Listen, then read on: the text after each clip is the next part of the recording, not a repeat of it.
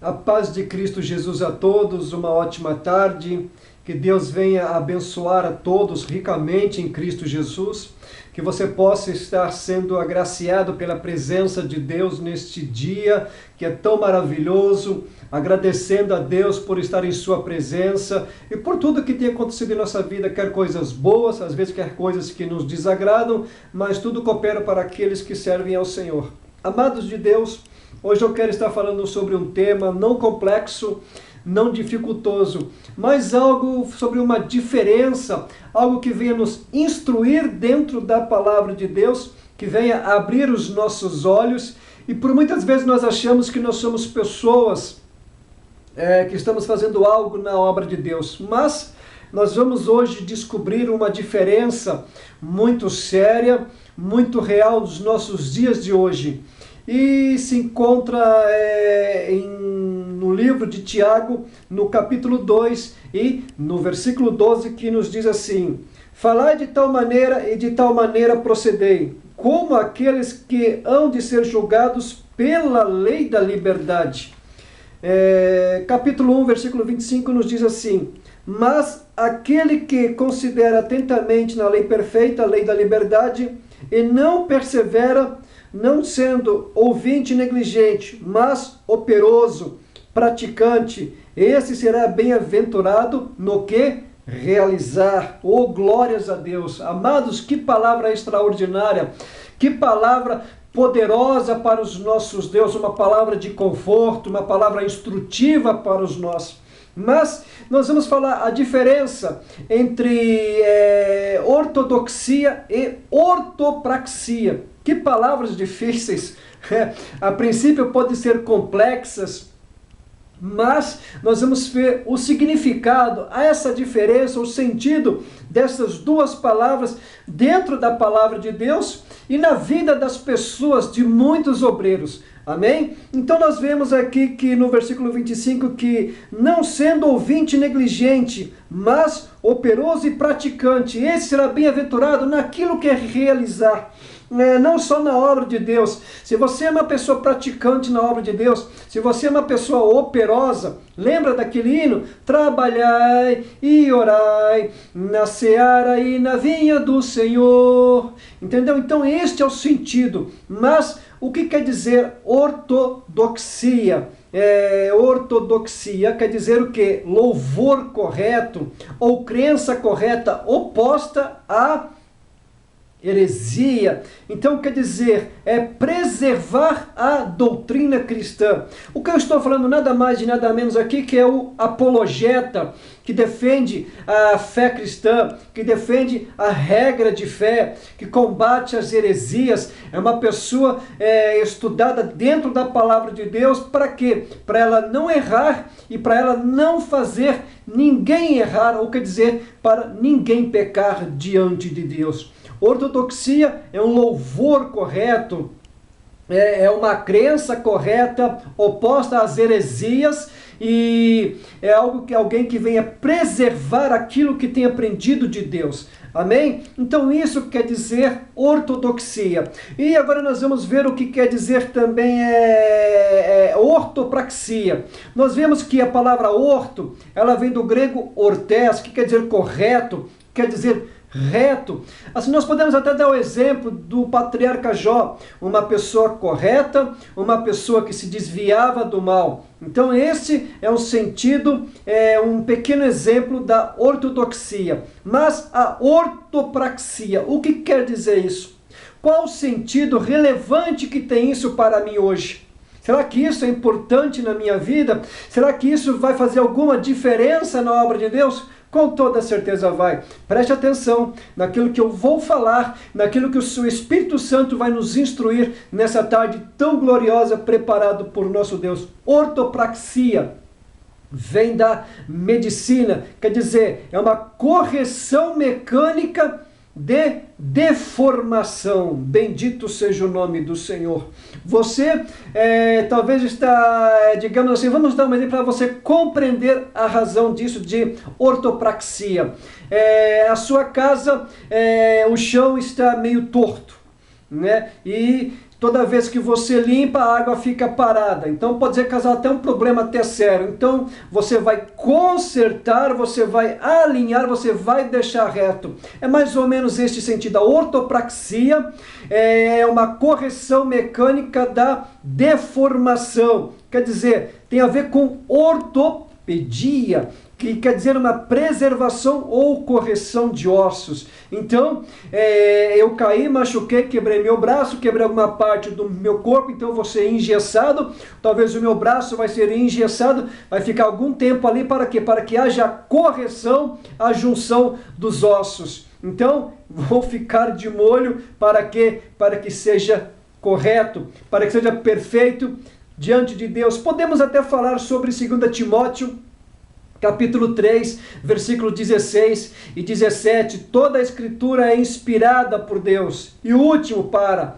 a repreensão, para a correção, para a educação, a fim de que todo homem seja perfeito e perfeitamente habilitado para toda boa obra. Então, é uma correção, nós vamos ser repreendidos por Deus, nós vamos ser corrigidos por Deus, porque Deus açoita ou corrige a todo aquele filho que Ele ama. Por isso nós não somos bastardos. Bendito seja Deus. Hoje uma pessoa me falou algo que realmente é o que está acontecendo nas igrejas, entendeu? Então, tipo como se fosse uma anorexia espiritual. Então, é o que está acontecendo isso. A fé hoje, ela está, digamos assim, está muito defeituosa. As pessoas estão indo pregar e pregar a mesma coisa, sem sentido, sem unção, sem a palavra revelada do Espírito Santo. Então, a ortopraxia é para uma correção mecânica de uma deformação. Mas a palavra de Deus, ela é o meio da regeneração. Amados, olha que interessante o que diz a palavra do Senhor. Diz assim: pois, segundo o seu querer, Ele nos gerou pela palavra da verdade, para que fôssemos como que primazia das suas criaturas. Amados de Deus, olha o sentido da palavra de Deus para as nossas vidas. Então, isso quer dizer o quê? Que é um espelho para refletir as imperfeições. Oh, glória a Deus!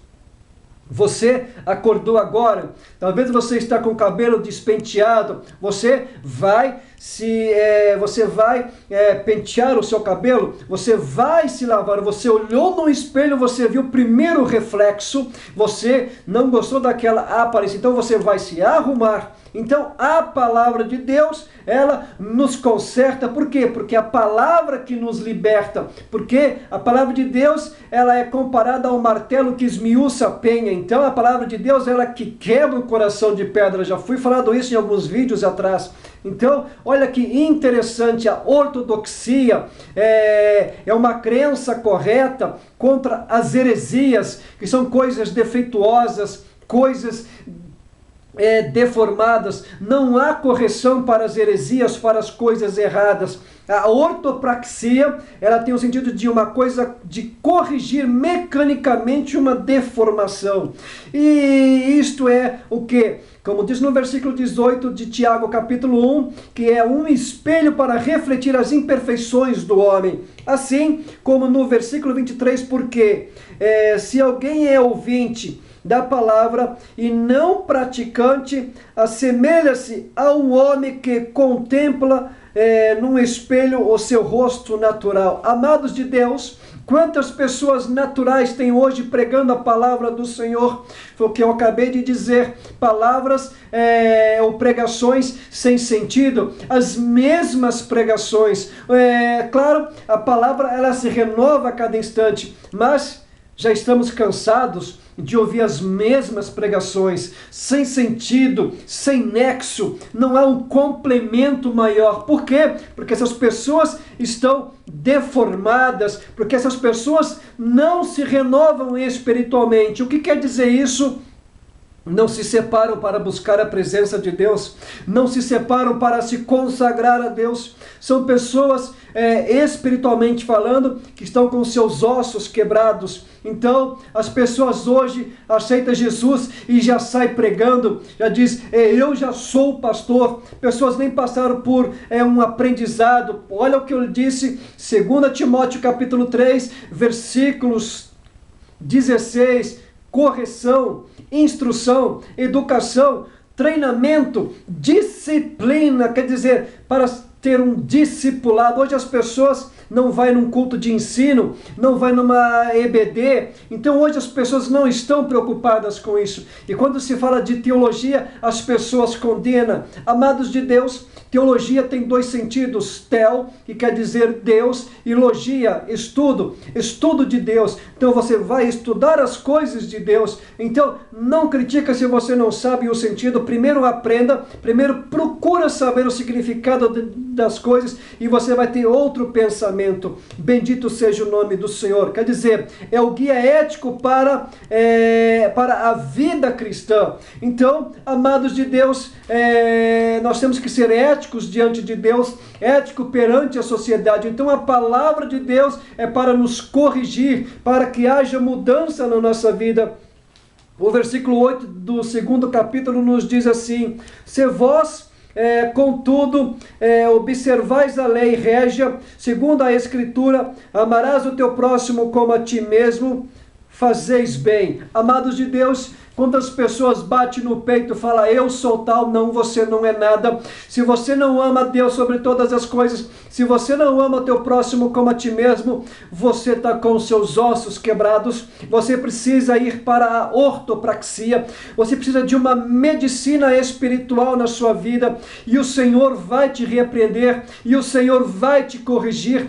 Você vai entrar na taca de Jeová, e o Senhor vai te chamar a casa do oleiro, o Senhor vai te quebrar, o Senhor vai te amassar, o Senhor vai te levar no fogo, até que você fique do jeito de Deus. Aleluia! Oh, que maravilha, Senhor! Olha o que Deus faz conosco, não é como nós queremos, é da maneira de Deus. Então aceita as repreensões de Deus, aceita as correções de Deus, aceita ser educado por Deus, para que você seja perfeito e perfeitamente habilitado para toda boa obra. Talvez não é o seu tempo, espera o tempo de Deus.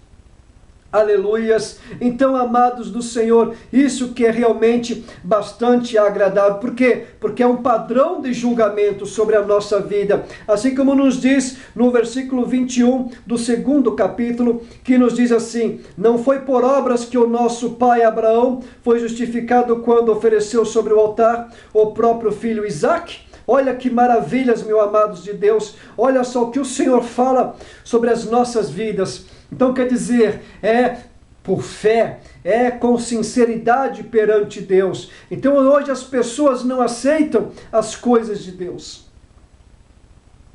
Conforme o Evangelho segundo João, no capítulo 13, no versículo 17, que nos diz assim: ora, se sabeis estas coisas, bem-aventurados, se os praticardes. Amados de Deus, vamos voltar ao patriarca Jó. Jó era um homem íntegro, era um homem reto, é um homem que se desviava do mal, mas ele passou por tudo isso, ele perdeu tudo o que ele tinha que perder, menos a sua vida.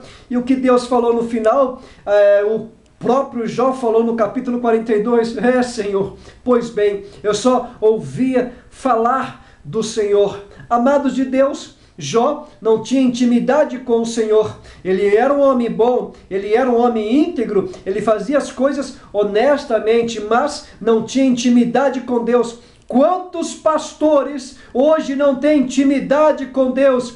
Quantos pregadores sobem no altar, não têm intimidade com a palavra de Deus, acha que são os tais? Vocês não são nada se não tiver o Espírito Santo. Muitas pessoas estão ao natural, como se olhasse no espelho, vê o mesmo reflexo todo dia. Não há uma mudança, não há uma transformação. São pessoas opacas, são pessoas sem sentido. Então, cansa ver pessoas falando as mesmas coisas. Amados de Deus, isso é muito sério, isso realmente não vemos mudança nessas vidas. Então, são os mesmos blá blá blás, são encheção de saco, para o quê? E eles acham que estão abafando, não estão abafando nada, vocês estão perturbando, vocês estão incomodando. A palavra de Deus é palavra de libertação, glórias a Deus.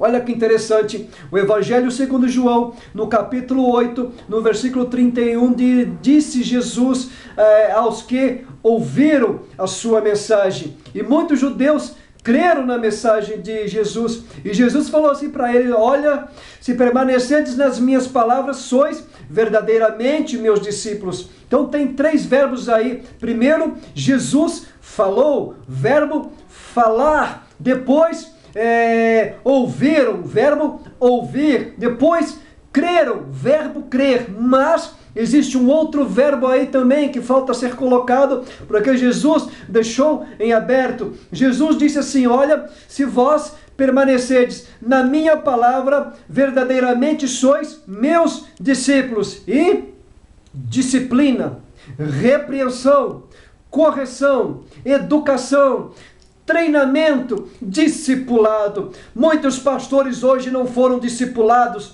acha porque tem a Bíblia, já sai pregando, acha que entende, acha que compreende. Você está enganado. A palavra de Deus, ela não pode ser entendida, a palavra de Deus, ela não é compreendida, ela é interpretada pela revelação sobrenatural através do Espírito Santo de Deus. Por isso que existem os 3 dons de inspiração ou revelação: a palavra, que é a sabedoria, o conhecimento, que é a ciência, e o discernimento de espíritos. O que eu falei sobre heresias. Aí entra de novo a ortodoxia. Por quê? Porque é uma crença correta, é uma coisa certa, é uma coisa aplumada, é uma coisa nivelada. Bendito seja Deus para combater as heresias. Oh, glórias a Deus! Então, nós vemos o quê? Uma coisa tão correta sobre a inversão da ortopraxia. Onde nós achamos? 1 Samuel, no capítulo 16, o chamado de Davi. O que foi falado de Samuel? Olha, não te atentes para a aparência do moço. Os irmãos de Davi, bonitos, formosos, entendeu? Hoje são muitos pastores e pregadores com as suas becas, com seus ternos bonitões, com aqueles sapatos coloridos, meu Deus do céu, com os cabelos engomadinho, mas não tem estrutura, não tem palavra de Deus. São pessoas ocas, são pessoas opacas, falando: profeta, eu sou profeta. Você não é profeta coisa nenhuma. O último profeta foi João Batista. Agora, se você tiver o ministério de profeta, profetiza agora em nome do Senhor Jesus. Então são pessoas que querem aparecer, são chamados os perturbadores, as pessoas que não têm sentido, não têm conhecimento profundo da palavra de Deus. São os famosos piratas, são os famosos plagiadores, copia a voz até desses pregadores famosos, até na vestimenta. Amados de Deus, seja sincero com você mesmo, seja sincero contigo mesmo, amém? Que assim como foi falado para Samuel, não te atentes para a aparência do moço. Por quê? Porque Deus já tinha visto o futuro de Davi, o rei Davi que vem da linhagem do Senhor Jesus Cristo. Amém, amados? Que Deus possa te abençoar